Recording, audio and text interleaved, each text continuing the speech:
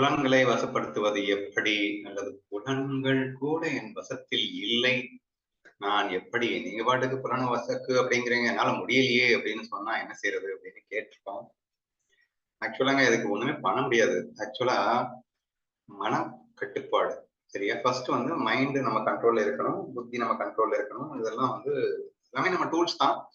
எல்லாமே நம்ம கட்டுப்பாட்டுல இருக்கணும் அப்படின்னு சொல்றோம். பட் அதெல்லாம் நம்ம கட்டுப்பாட்டுல இல்லை. எதுக்குன்னு நமக்கே தெரியும். Likes and dislikes. விருப்பு, வெறுப்பு என்ற 2 விஷ கிருமிகள் நம்மள வந்து இந்த மாதிரி அன்கண்ட்ரோலா ஆக வச்சிடுச்சு அப்படிங்கிறது எல்லாருக்கும் தெரியும். பட் நீ அன்கண்ட்ரோலா இருக்கிற வரைக்கும் உன்னால சந்தோஷமா வாழ முடியாது அப்படின்றத புரிஞ்சுக்கணும். ஸோ இந்த புரிதல் அப்படிங்கிறது ரொம்ப முக்கியம்.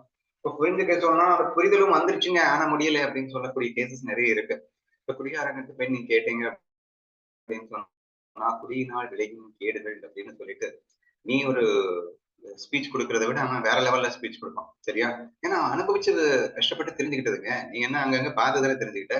அவன் குடியினால் கிடையும் வேலுகள் அப்படின்னு அவ்வளவு தெரியும். தெரிஞ்சு என்ன செய்ய என்னால முடியல அப்படின்னு சொல்லிட்டு கூலா சொல்லிட்டு போயிடும். சரியா? சோ புரிதலின் வாயிலாக நாம் கட்டுப்படுத்தலாம் அப்படின்னா புரிதல் எல்லாம் வந்துருச்சு இல்ல ஆனாலும் கட்டுப்படுத்த முடியல இல்ல அப்படின்னு சொல்லிட்டு பேசுறவங்க இருக்காங்க. பட் அந்த மாதிரி சொல்லும் போது அவங்க புரிஞ்சுக்கல அப்படின்னு தான் சொல்ல வேண்டியது இருக்குன்றதையும் சொல்ல வேண்டியது இருக்கு. புரிஞ்சுக்கிட்டாங்களா இல்லையான்றதே பெரிய கேள்விக்குறியாம இருக்குன்னு சொல்லலாம். நான் அந்த விஷயங்களை நான் என்ன சொல்லிடுறேன் அப்படின்னா அது வேணும்னே பண்றாங்க. அது திமிர்த்தனத்துல பண்றாங்க. சோ தே விஷ் விரும்புறாங்கன்னு அர்த்தம். குடிக்கிறத அவங்க விடணும்னு நினைக்கவே இல்லை. ஹேவிங் அண்டர்ஸ்டுட் தட் அதனுடைய டிராபேக்ஸ் எல்லாம் தெரிஞ்சதுக்கு அப்புறம் அது அவங்க விரும்பி ஏத்துக்கிறாங்க அப்படிங்கிற மாதிரி தான் சொல்ல வேண்டியது இருக்கு. ஏன்னா புரிஞ்சதுக்கு அப்புறம் அதை பண்ணாம இருக்கணும்னு நினைச்சா பண்ணிடலாம்ல. புரியாதவனுக்கு ஓகே. புரிஞ்சதுக்கு அப்புறமும் என்னால விட முடியல அப்படின்னா விட விரும்பல அப்படிங்கிறது தான் அர்த்தமா வருது. எனிவே இதுக்கு என்ன தீர்வு அப்படிங்கிறது தான் கேள்வி. ஞானேஸ்வரியில பகவத்கீதையில கண்ணன் சொல்றான் மனதை கட்டுப்படுத்தணும்னா ஃபர்ஸ்ட் புலன்களை கட்டுப்படுத்து அப்படிங்க. ஒரு மன்னன் வந்து எதிரி நாட்டுக்கு படையெடுத்துட்டு போனான்னா கோட்டை ஃபர்ஸ்ட் பெரிய கோட்டை இருக்கும். அந்த கோட்டை அப்படிங்கிறது எவனும் அந்த கோட்டைக்குள்ளேயே போக முடியாது. அந்த அளவுக்கு வந்து ஸ்ட்ராங்கா கட்டுப்படுத்தி வச்சிருப்பாங்க. இப்போ புலன்கள் தான் மனசோட கோட்டை. புலன்களை ஜெயிச்சாதான் உன் மனசை நீ ஜெயிக்க முடியும். சரியா? அப்போ முதலில் புலன்களை வென்று விடு. கோட்டைக்குள்ளேயே என்ட்ரி ஆகாம நீ எப்படி மனசை போய் கைப்பற்ற முடியும்? ராஜாவை போய் இப்படி பிடிக்க முடியும். அப்போ ஒரு மன்னனை அவன் வந்து கோட்டைக்குள்ள சேஃபா இருப்பான். என்ன தைரியத்துல சேஃபா இருக்கான்? புலன்கள் தன்னை பாதுகாக்கும் அப்படிங்கிற தைரியத்துல. அப்படின்னா கோட்டை தன்னை பாதுகாக்கும் அப்படின்னு. இப்ப இந்த புலன்களை நீ வெல்லாம உன் மனசை ஜெயிக்க முடியாதுடா. அதனால முதல்ல புலன்களை கண்ட்ரோல் பண்ணு அப்படின்னு கண்ணன் வந்து அட்வைஸ் பண்ணிட்டான். கீதையில அட்வைஸ் பண்ணிட்டான். புலன்களை என்னால கட்டுப்படுத்த முடியலன்னா நான் என்ன செய்யறதுன்னு கேட்டது. மனசை கட்டுப்படுத்த முடியலன்னு சொன்னா கேள்வி கேட்டேன்னு அதை விட ஈஸியா. அதாவது டைரக்டா நீ அட்டாக் பண்ண முடியாது. முதல்ல ஸ்டெப் பை ஸ்டெப்பா தான் போகணும் அப்படின்றதுக்காக நான் ஒரு வழியை சொல்றேன். அதுக்கப்புறம் அதுவும் எனக்கு முடியலைன்னா நான் என்ன செய்வேன் அப்படிங்கிற கேள்வி வந்து என்ன சொல்றதுன்னு தெரியல. சரியா? அதுக்கு தீர்வு வந்து நல்லா அடிபடும் போது நல்ல மாட்டுக்கு ஒரு சூடு, சுரண மாட்டுக்கு ஒரு 10-20 சூடு போட்டாச்சு அப்படின்னு சொன்னா அதுக்கப்புறம் கண்ட்ரோல் ஆகலாம்னு நினைக்கிறேன். ஏன்னா நீங்க சொன்ன மாதிரி அழகா இப்போ 5 புலனையும் அட் டைம்ல நீ அடக்கணும்னு கூட அவசியம் இல்லை.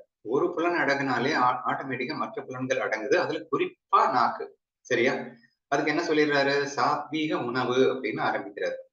நீ டோட்டலா ஒண்ணு கண்ட்ரோல் பண்ண வேணாம். நீ என்ன பட்னியா எடுக்க சொல்றேன். சாப்பிடு ஆனா சாத்வீக உணவா எடுத்துக்கோ. சாத்வீக உணவா எடுத்துக்கும் போது மனம் தானாக கட்டுக்குள் வருவதை நீ காண முடியும். மனசை கட்டுக்குள்ள வந்துருச்சுன்னா பின்னாடி எல்லா புலன்களையும் ஈஸியா ஜெயிச்சிடலாம்ல. சோ தேர்ஃபோர் இந்த மாதிரி சிம்பிள் டெக்னிக்ஸ்னு சொல்லப்பட்டிருக்காங்க. நாக்கு தாங்க இருக்குதே இல்லைங்க. நீங்க பாட்டு நாக்கை கண்ட்ரோல் பண்ணணும்னா எங்க போய் பண்றது அப்படின்லாம் கேட்கக்கூடாது. பண்ணணும். எப்படி பண்றது?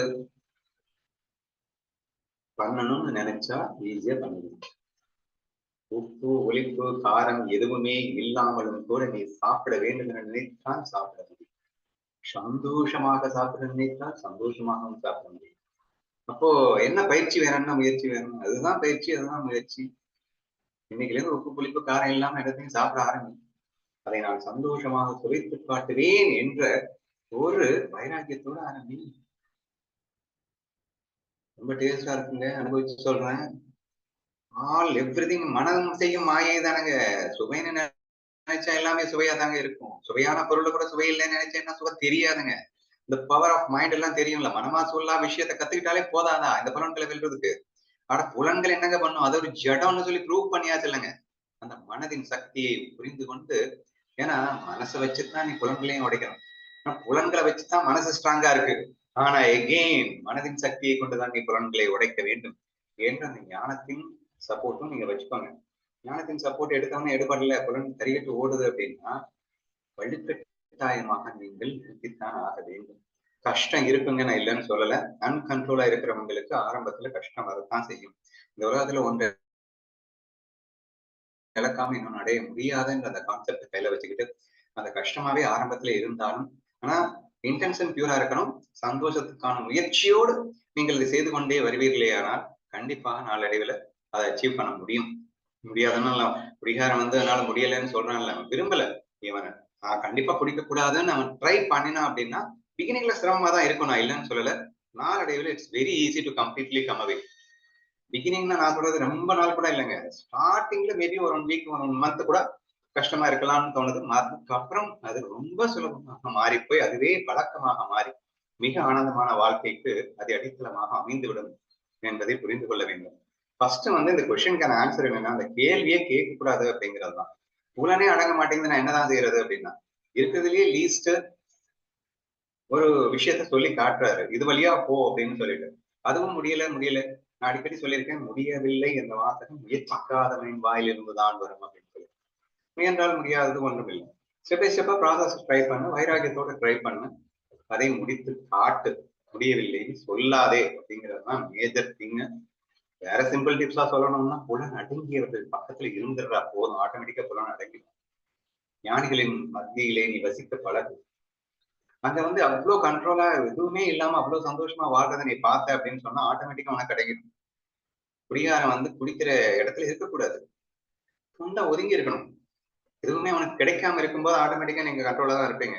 கண்ணுக்கு முன்னாடி லட்டு, அல்வா எல்லாத்தையும் வச்சுக்கிட்டு சாப்பிடாம இருந்தா தானே முடியல. அப்ப ஃபர்ஸ்ட் ஸ்டெப். அதுக்காக நீ வந்து அப்படியே கடைசி வரைக்கும் வாழக்கூடாது. மனதை வென்றுவிட்டு மீண்டும் அல்வா எல்லாத்தையும் வச்சுக்கிட்டு கூட நீங்க ஜெயிச்சு காட்ட முயற்சிக்க வேண்டும் அப்படின்னு கேட்டுக்கிறேன். சோ வேற இதை விட சிம்பிள் அப்படின்னா, கொஞ்சம் புலன் விஷயங்களிலிருந்து ஒதுங்கி இரு. கொஞ்சம் ஒதுங்கி இருந்து மைண்ட வந்து ஸ்ட்ரென்தன் பண்ணிக்கிட்டே வா. ஸ்ட்ரென்தன் ஆனதுக்கு அப்புறம் அது இருந்தாலும் என்னால ஜெயிக்க முடியாதான்னு பாரு. அப்போ இது வந்து பேசிக் ஸ்டெப். இதுவே ஜெயிக்கலைன்னா வாழ்க்கையை டோட்டலா நீ தோத்து போயிடுவ என்ற அந்த விஷயங்களை எல்லாம் காட்டி நாம் முயற்சித்து கண்டிப்பாக வெல்லலாம். ஸோ தேர்ஃபோர் புலனடக்கம் என்பது முதல் படியாக இருக்கின்றது. அதுவே முடியவில்லை என்று சொன்னால் அடுத்த படி ஏறவே முடியாது. அதனால் இது மனசுதான் காரணம். மனதை புரிந்து கொண்டு வைராகியம் என்ற வாளால் கண்ணன் கேட்பான், அர்ஜுனன் கேட்கிறான், பாட்டுக்கு மனசை கட்டுப்படுத்து, புலன்களை கட்டுப்படுத்துங்கிற என்னால முடியலையே அப்படின்னு சொல்லும்போது, அபியாச வைராக்கியா, பயிற்சியாலும் முயற்சியாலும் மிகவும் எளிதடா, முடியலன்னு சொல்லாத, நீ பயிற்சி பண்ணிட்டு அதுக்கப்புறம் சொல்லணும் அப்படின்னு கேட்கிறான். ஸோ அதையெல்லாம் வைத்து கண்டிப்பாக முயற்சித்து வெற்றி பெற வேண்டும் என்று கேட்டுக் கொள்கிறேன்.